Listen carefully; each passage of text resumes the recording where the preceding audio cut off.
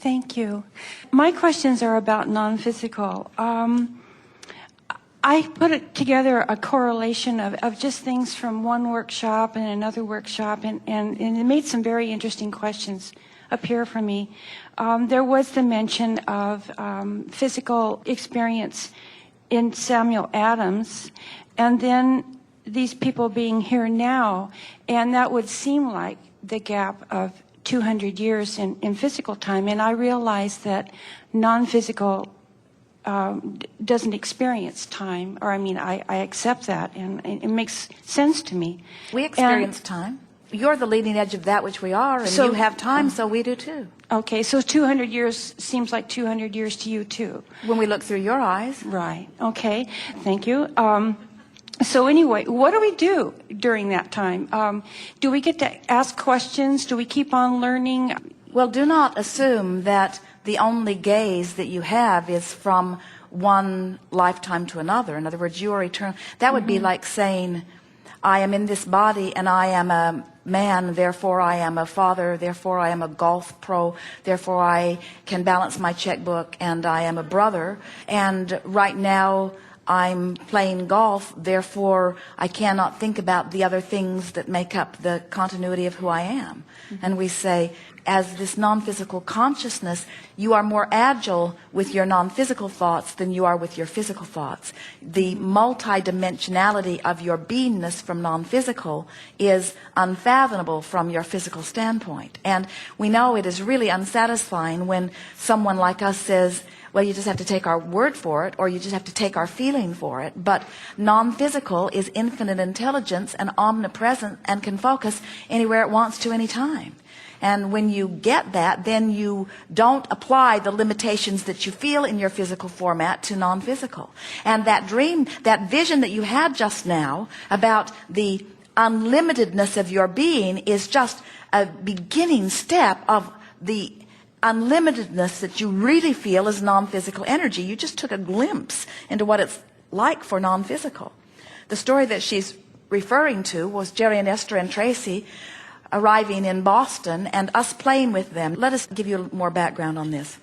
Jerry and Esther were very new to this kind of thinking, and when they began, the people who surrounded them mostly in the workshops were of a metaphysical bent, which was very foreign to Jerry and Esther. They did not have thoughts about that, and they wanted to talk about past lives, and Jerry and Esther had never heard of such a thing and weren't all that interested in it.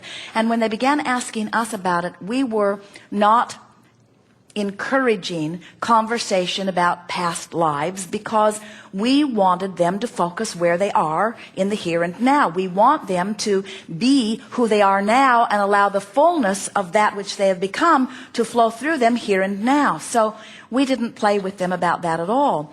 And they, as were many of the people in the various audiences, were beginning to feel very linear. They were saying things like, well, I now accept, and it was a hard jump for them, especially for Esther, I accept that I have lived more than one physical lifetime. But then she began saying things like, well, that couldn't have been us because that person was alive when that person was alive. So we couldn't have been that person and that person, because her thinking was, somebody has to croak before they can be born again. And so, because they were beginning to go down the wrong track on understanding consciousness and the way it expresses itself, we said to them, you're going to like Boston. It was the last place of physical for you, which got Esther's attention. She said to Jerry and to Tracy, I was in Boston last. And then we said, all of you. And she said, all of us. And now they're in the limousine on the way to the hotel, and they are saying, who was I? Who was I? Who was I? Who was I? And we said, when you stand before the statue that is you, you will know. And they said, statues, we have statues. We were famous. And so they dropped off their bags. It's 1 o'clock in the morning, and they are running all over Boston standing in front of statues. I can picture it. Hoping for the best. And when they stood before the statue of the renegade named Samuel Adams, troublemaker that he was, all three of them shouted, I was Samuel Adams. And then they looked at each other, not you, me. And then we explained that the energy that is within them was at that time within Samuel Adams. It was the first time that they began thinking in terms of energy stream rather than a clump of non-physical and a clump of flesh. It broke them loose into understanding that infinite intelligence and consciousness is a stream of consciousness. And for physical beings who have come to like your clump and take ownership of your clump, and some of you have done such a good job of that you've decided you're going to take your clump into the non-physical with you, which we think is interesting. We tease you, what are you going to do with a body in a non-physical realm? It's going to be cumbersome. It helped them to begin understanding that they are eternal beings. It's not very satisfying to query about the non-physical from your physical format because you don't have broad enough perception to really get it. There's no way of proving it. Esther said to Jerry and Jerry to Esther, we can't even prove who Abraham is. We can't assign them to a star or to a galaxy. We have no way of proving. We only know how they feel. Well, I was just surprised. For instance, I felt that I sort of came back right away.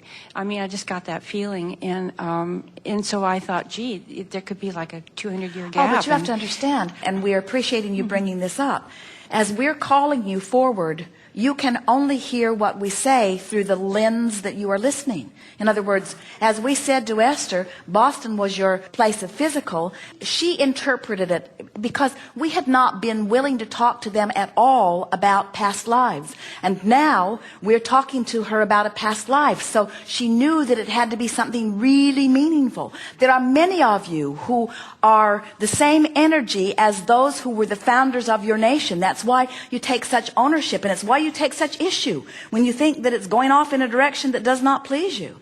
In other words, you are eternal beings who have been playing in this physical realm for a very long time. You're not new to this.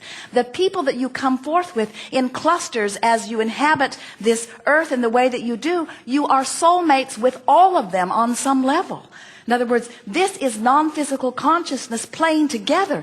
It is astonishing to us that you do not love one another in the way you did when you made the decision to come forth. As non-physical energies getting ready to come forth into these bodies, you had unequivocal love for every person on the planet, and you came forth in an attitude of joining them and rejoicing and reveling in physical life. Look at the babies. That's still how they feel. They will love you no matter who you are or no matter where you live until they've been trained by their environment that they should not be that way. Jerry and Esther a few years ago were at an airport, and their general process was they would land, Jerry would go out and retrieve the car, which took some time, and Esther would wait at the baggage carousel for bags. And then Jerry would arrive just at the right moment, and the skycap would help Esther to the curb, and off they would go with the big heavy bags. So Esther is standing and waiting, and a very nice man is waiting with her, and she is playing with this man. She is teasing him, telling him that her bags would be the first 3 bags off the carousel. They always are, she said. And he said, no, my bags will be the first 3 bags off the carousel. They always are. And Esther said, well, that was before I was here. But now I am here. My bags will be the first 3 bags off. And he said, no, my bags will be the first 3 bags off. And then a big, beautiful bag came rolling off, the first one off. And he grabbed it and smiled and pulled it off and put it down. And Esther said, thank you very much. That's my bag. And he said, what? And he looked. Their bags were identical. They had 3 identical bags, and Esther's bags were the first 3 bags off.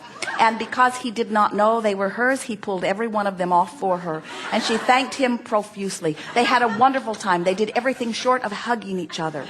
And then Jerry is watching from the doorway, waiting, and he said to Esther as she got into the car, do you know who that man was? And Esther said, no, he was very, very nice. And Jerry said, he is the television evangelist. He is the one that preaches fire and brimstone. He's the one that when you hear him, you yell, shut that off.